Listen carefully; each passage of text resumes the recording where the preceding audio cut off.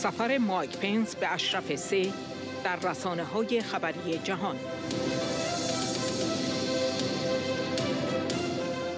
تلویزیون فاکس نیوز: مایک پنس 5000 مایل سفر کرد تا به آلبانی برود و در بزرگترین گردهمایی شورای ملی مقاومت ایران سخنرانی کند.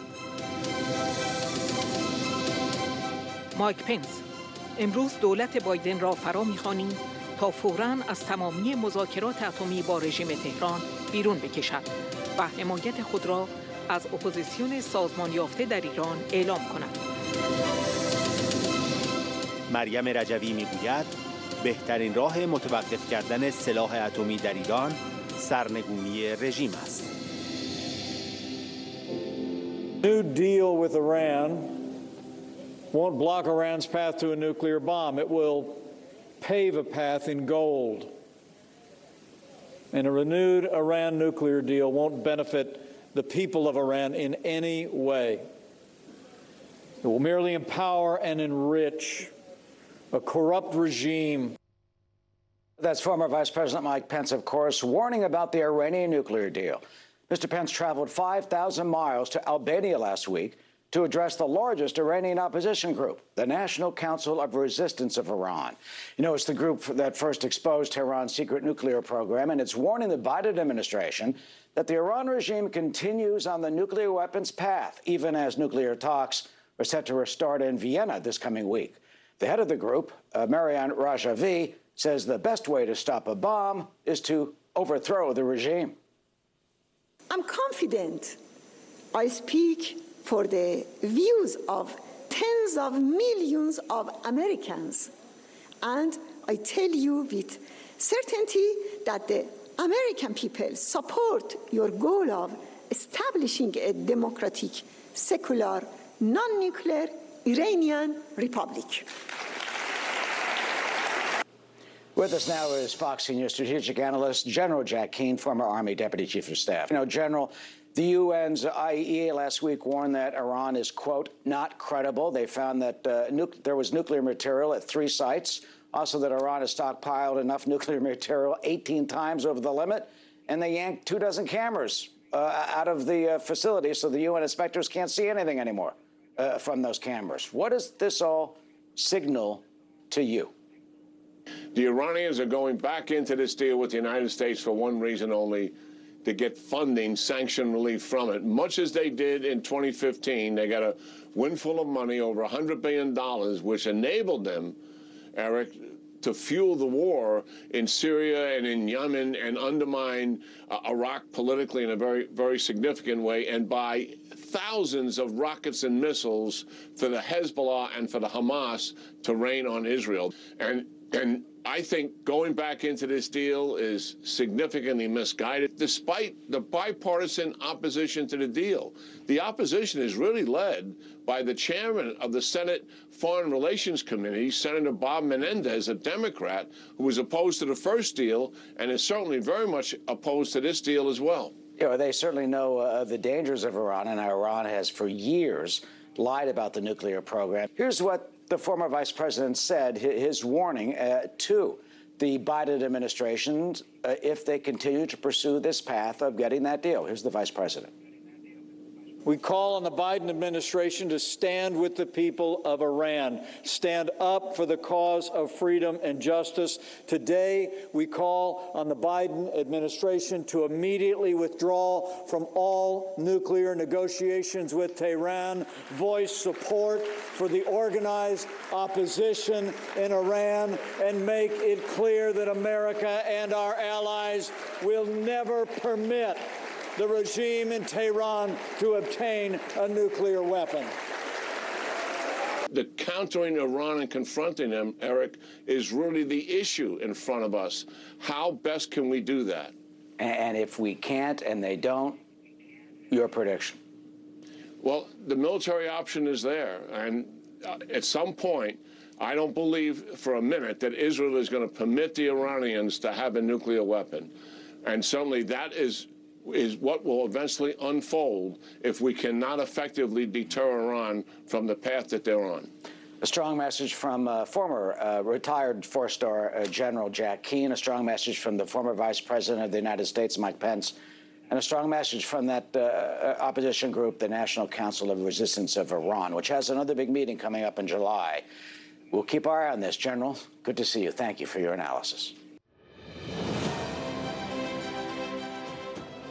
Associated Press. پنس 8,000 کیلومتر از خانه خود در ایندیانا به آلبانی پرواز کرد تا از اشرف 3 که محل استقرار مجاهدین خلق است بازدید کند. مایک پنس رژیم ایران را به وحشیگری محکوم کرد و از دولت بایدن خواست که توافق هسته‌ای با تهران را تمدید نکند و گفت که این امر سران رژیم ایران را جری‌تر می‌کند. پنس که در قرارگاهی نزدیک یک شهر کوچک در 30 کیلومتری غرب پایتخت آلبانی تیرانا صحبت می‌کرد، رژیم ایران را به خاطر وحشیگری، فقر و فساد به شدت محکوم کرد. پنس گفت انتخاب رئیسی به عنوان رئیس جمهور که او را قتل عام کننده و مسئول قتل عام 30,000 زندانی سیاسی در سال 1367 خواند، به منظور سرکوب مخالفت‌های داخلی و ارعاب مردم ایران برای به سکوت کشاندن آنها بوده است. او همچنین از موضع این قرارگاه که درباره اعدام 120,000 ایرانی توسط رژیم ایران از زمان روی کار آمدن آن است بازدید کرد. خبرگزاری فرانسه. مایک پنس روز پنجشنبه از مذاکرات دولت بایدن با رژیم ایران بر سر توافق هسته‌ای بالقوه انتقاد کرد. پنس افزود: ما از دولت بایدن می‌خواهیم که فوراً از تمامی مذاکرات هسته‌ای با رژیم تهران خارج شود.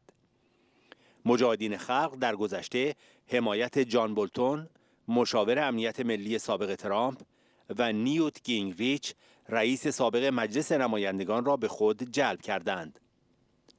مجاهدین خلق بعد از انقلاب 1979 که شاه را سرنگون کرد، به سرعت با مقامات جدید رژیم ایران درگیر شدند و کارزاری را برای سرنگونی رژیم آغاز کردند. آلبانی در سال 2013 موافقت کرد که حدود 3,000 عضو گروه اپوزیسیون ایرانی تبعیدی را به درخواست واشنگتن و سازمان ملل بپذیرد.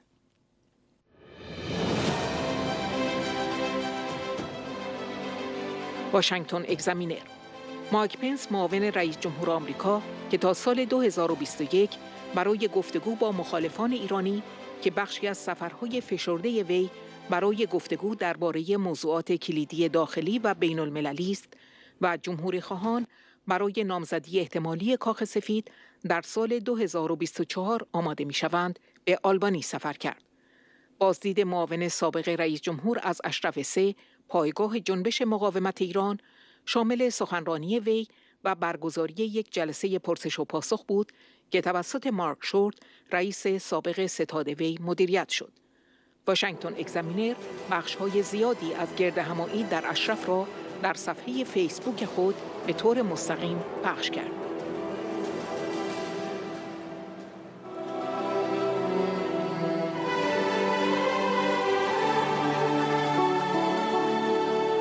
You know, one of the biggest lies the ruling regime has sold the world is that there's no alternative to the status quo. But there is an alternative.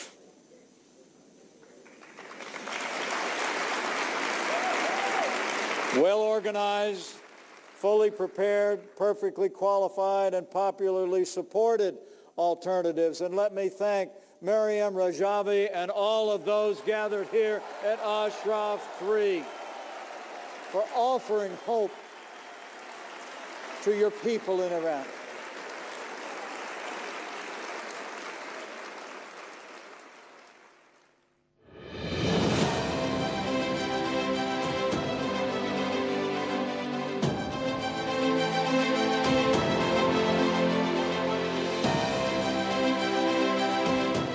سایت برایتبارت.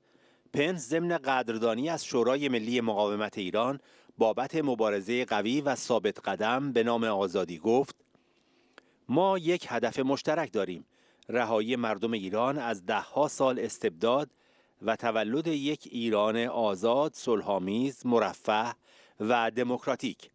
پنس با تاکید بر اینکه با اطمینان در مورد دیدگاه‌های میلیون‌ها آمریکایی صحبت می‌کند گفت: مردم آمریکا در حالی که شما ایستادگی می‌کنید و برای آزادی در ایران تلاش می‌کنید با شما هستند و از هدف شما برای ایجاد یک ایران مبتنی بر جدایی دین و دولت، دموکراتیک و غیر هسته‌ای حمایت می‌کنند.